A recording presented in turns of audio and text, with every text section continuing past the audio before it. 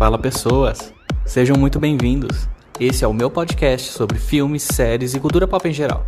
Se você curte esses assuntos, aproveita e já me segue aí no Spotify ou no seu preferido. Eu sou Alisson Soares e você está ouvindo o Cineflow.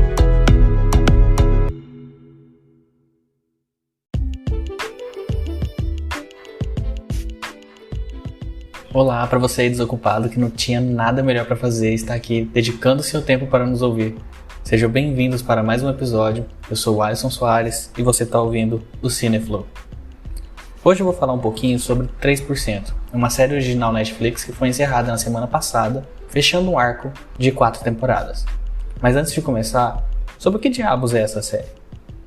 Bom, 3% é uma série distópica brasileira nos moldes de Elysium e Jogos Vorazes, que fala sobre uma sociedade que é dividida entre duas realidades econômicas.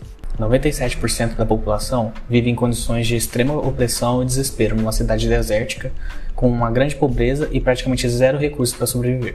Do outro lado, temos pessoas que vivem em um lugar chamado Mar Alto, onde se tem todo tipo de tecnologia disponível, suprimentos à vontade e paisagens lindas como praias, etc.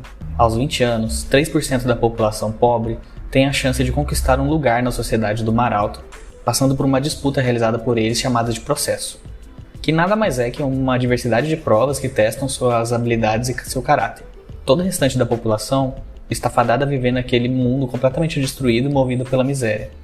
Se você tem mais de 20 anos, você já perdeu a sua oportunidade e não é mais digno de passar para o lado de lá.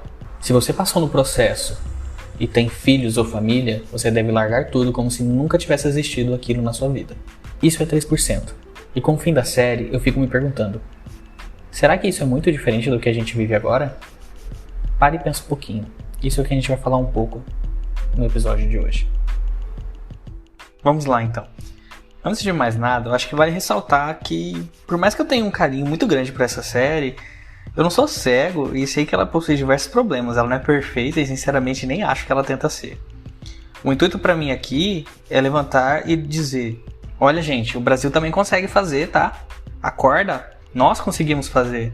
E quando eu digo acordar, não é só nesse sentido de produzir, fazer algo nessa escala, e sim que isso está conectado ao núcleo da série, pelo menos no meu entendimento. Já para tirar isso de pauta, eu vou começar então pelas partes que mais me incomodaram na série e outras que podem afastar um pouco as pessoas logo de cara.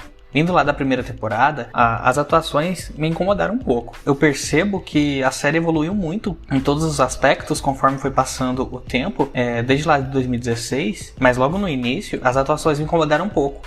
Justamente por perceber que parecia que os atores não tinham muita experiência, a direção parece que falhava em passar para eles o tom e extrair a carga emocional necessária para determinadas cenas. Os atores pareciam perdidos, meio sem rumo.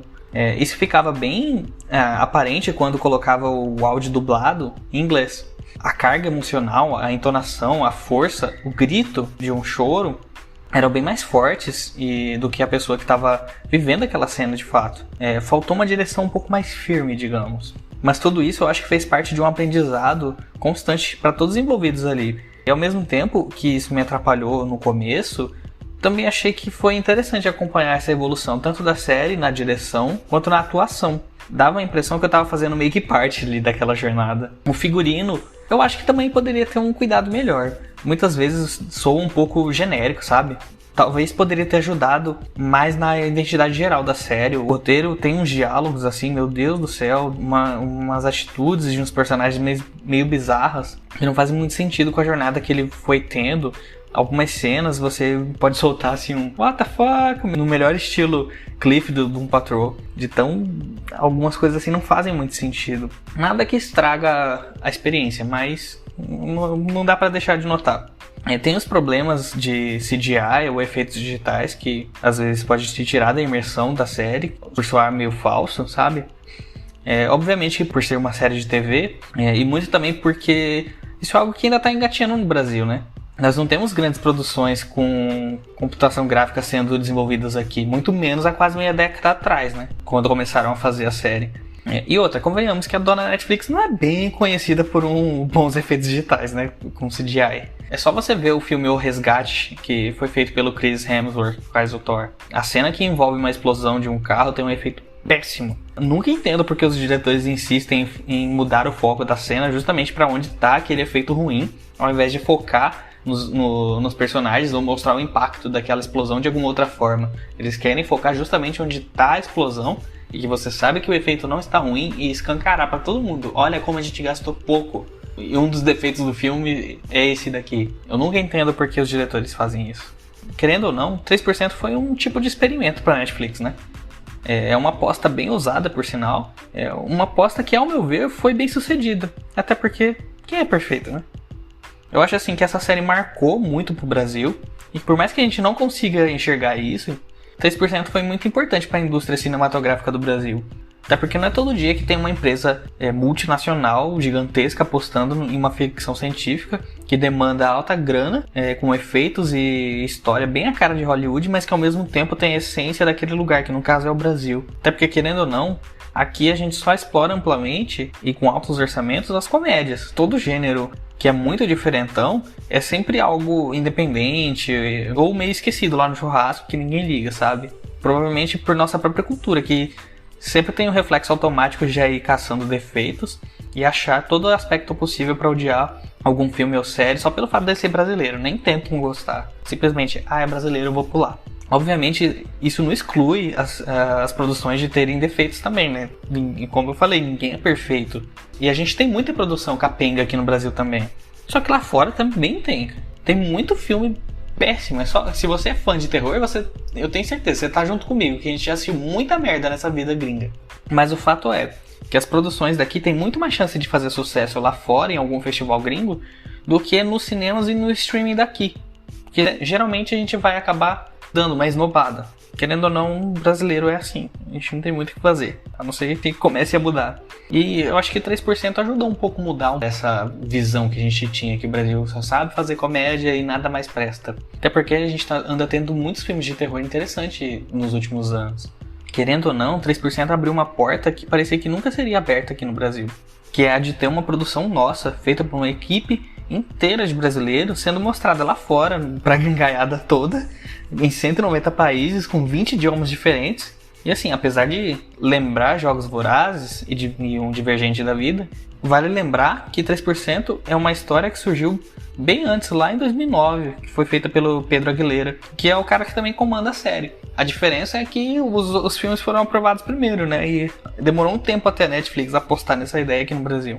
Em termos de direção e fotografia, eu acho que 3% se destaca bastante.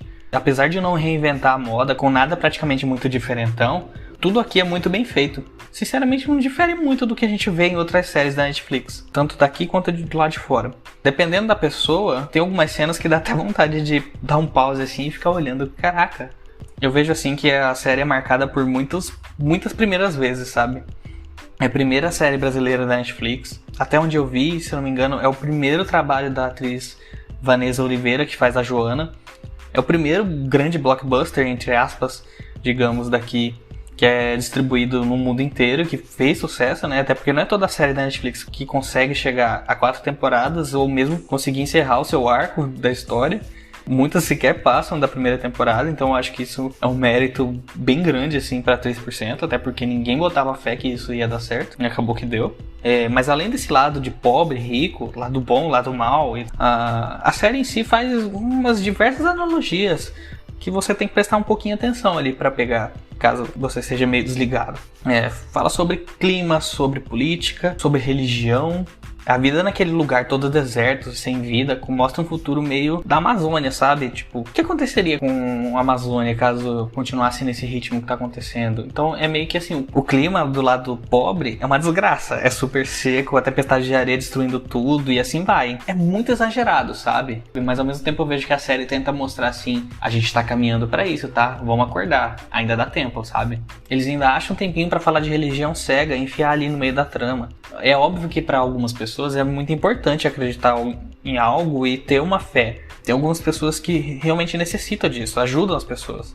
E muitas precisam acreditar em alguma coisa para seguir em frente. Mas ao mesmo tempo, eu vejo que a série questiona assim, até que ponto a gente tem que acreditar nisso cegamente? E não só uma religião ou outra, mas eu digo em geral. A religião cega na série é tratada de forma que os não dignos, que são os 97%, enxergam os marautenses como deuses, como se eles fossem superiores e merecessem ser exaltados, sem nenhum tipo de questionamento, e que eles podem fazer o que quiserem, que eles simplesmente são inferiores e eles têm que obedecer. E felizes, sabe? Aquela pessoa, eu posso te roubar? Pode, claro. Toma aqui, entra na minha casa e pega meu carro e leva embora. É desse tipo de coisa, sabe? É uma fé cega. E isso pode te mostrar que nem sempre você tem que acreditar tudo cegamente, como se fosse a palavra final. Assim como a série mostra que por mais que isso dê conforto para as pessoas emocionalmente, também acaba deixando elas sem saber o que está acontecendo de fato, algo que está acontecendo na frente da testa delas e elas não conseguem ver. Tem diversos pequenos subtextos que, se você prestar bem atenção, não é muito diferente do que a gente está vivendo agora. Os 3% que governa tudo aquilo sapota de toda forma possível os pobres e deixa só as migalhas para os 97% que eles não consideram dignos o suficiente. O acorda, dito por mim lá no começo, novamente eu não creio que seja apenas para dizer: olha, nós podemos fazer uma produção top, uma produção grandiosa para agradar todos aqueles brasileiros que falavam o Brasil só consegue fazer filme de favela e filme de comédia. Ele pode acabar indo de uma forma bem mais profunda do que ele aparenta, se você se permitir. Muita gente vai assistir e não vai enxergar nada disso do que eu tô falando. Essa foi apenas a minha interpretação da série 3%. Mas e você? Qual foi a sua? Deixa eu saber a sua opinião. Eu acho que é isso, gente. Eu não quero me aprofundar na história em si, porque eu não quero dar spoiler sobre a série, porque eu acho que é uma série que você tem que acompanhar com a mente livre e você ter suas próprias ideias. Essa foi a minha interpretação. Quero saber a sua também. Não esquece de seguir a gente lá no Twitter, no Instagram, pelo @cineflowpodcast, e também acompanhar nossos episódios na sua plataforma preferida, seja Spotify, Apple, Google Podcasts, etc. É isso, pessoas. Eu espero que tenham gostado. Não me xinguem caso não concordem com alguma coisa que eu falei. Até mais ver. Falou!